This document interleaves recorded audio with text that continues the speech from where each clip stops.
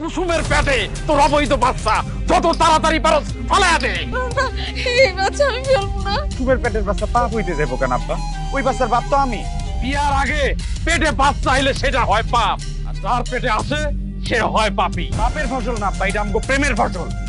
আমরা দুইজন দুইজনকে ভালোবাসছি, এটা আমগো ভালোবাসার ফসল। ভালোবাসার ফসল এই জন্যই কইতেছে ওইটা পাপ। তোকে ভালোবাসা অবস্থায় ওই পাপ কুসুমের পেটে আইছিল, 2 দিনের মধ্যে ওই পাপ ফালায়া দে তুই।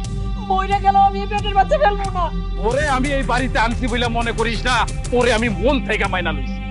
এই পাপ যদি তুই না ফেলিস তাহলে তোরে আমি কোনোদিন এই মহাজন বাড়ির বউ হিসাবে মাইনা নিব না।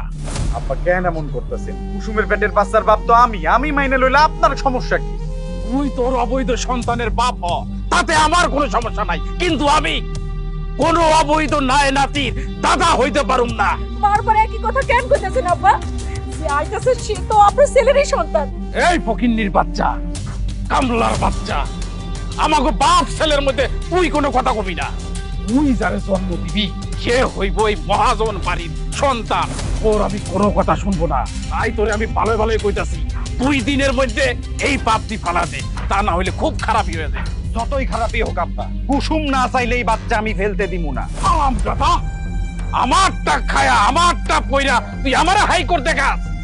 এই পাপ ফেলতে হইব, এই মহাজন বাড়িতে এই পাপের জন্ম হইব না, এইটাই ফাইনাল।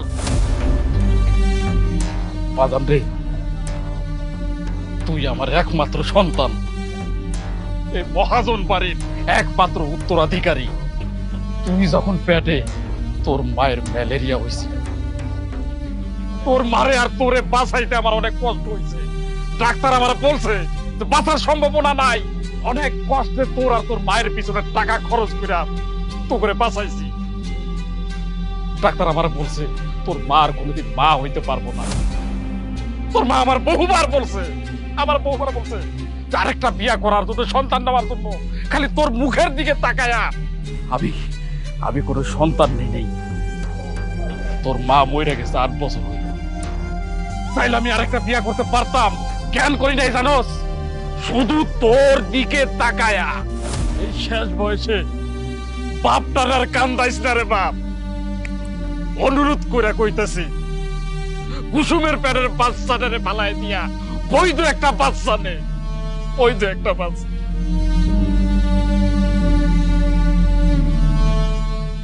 তোমার আব্বার কথার মধ্যে চালাকি আছে। আব্বার কথার মধ্যে কোনো চালাকি নাই, সত্যই তো আব্বা আমার জন্য অনেক ত্যাগ স্বীকার করছে জীবনে। তুমি তার ছেলে, তাই তুমি তার চালাকি ধরতে পারো নাই, কিন্তু আমি বুঝতে পারছি আমার পেটের বাচ্চা মাইরা ফেলাইয়া তারপর সে আমার এই বাড়ি থেকে বাইর করে দিব। কিন্তু আমি বাচ্চা থাকতে আমার পেটের সন্তানের কোনো ক্ষতি হইতে আমি দেব না, কোনো ক্ষতি হইতে আমি দেব না। পোলার বিয়ার কথা কয়া কয়া আমাগো বিয়া পিছে রাখছো। পোলা তো এখন বিয়া কইরাই ফেলছে, এখন তো আমার বিয়া করতেই পারো। তোর ঘরে আবার ঘর থেকে তুই একই পেশাল পাই, একই পেশাল বারবার কেন করতাছস? আমার মাথাটা এমনি হট হয়ে আছে। আমার নিজের পোলা আমার বিপক্ষে চইলা যাইতেছে, আর ওইদিকে ফকিন্নির বাচ্চার কাছে আমি হাইরা যাইতেছি। কিন্তু আমার জীবনে হার বলতে কোনো শব্দ নাই, আর আমি শুনতেও চাই না। বারবার বিয়ার কথা না কইয়া কিভাবে আমার মাথাটারে ঠান্ডা করা যায় এই ব্যবস্থা কর তুই। তোমার মাথা ঠান্ডা করার লেগে আমারে বিয়া করতে কইতাছে। আমারে বিয়া করে গড়ে তোলো, তোমার মাথা এমনিই ঠান্ডা হইয়া যাইব। আমার আমার খালি বিয়া বিয়া করতাছস, তোর ঘরে আমি থাকুম না শালি। রাগ করে চইলা যাও না মহাজন, রাগ করে চইলা গেলে তোমারই লস হইব। আমারে বিয়া করে তোমার ঘরে তুলো, তোমার লাভ আছে। তোরে বিয়া কইরা আমার ঘরে নিলে কি ভালো হইব রে শালি? শুনো, কুসুমের পেটের বাচ্চা খালাস হয়ে যাইব, আর আমি ওরা অপবাদ দেয়া বাড়ির থেকে বাইর করে দিব। তুমি তো মশা মারতে কামান ঢাকাইছো, অগরে বাড়িতে বাইর করে তুমি অনেক বড় ভুল করছো। কি কইতে চাইতাছস তুই? খোলাসা কইরা কত তুই?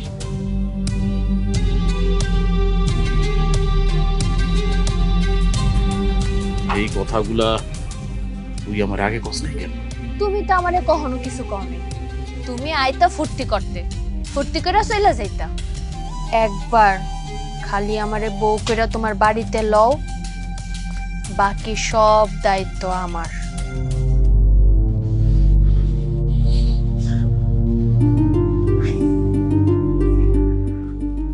বিকালে এসে ঘরে ঢুকলা, একটা বারের জন্য ঘরের বাইর হইলা না।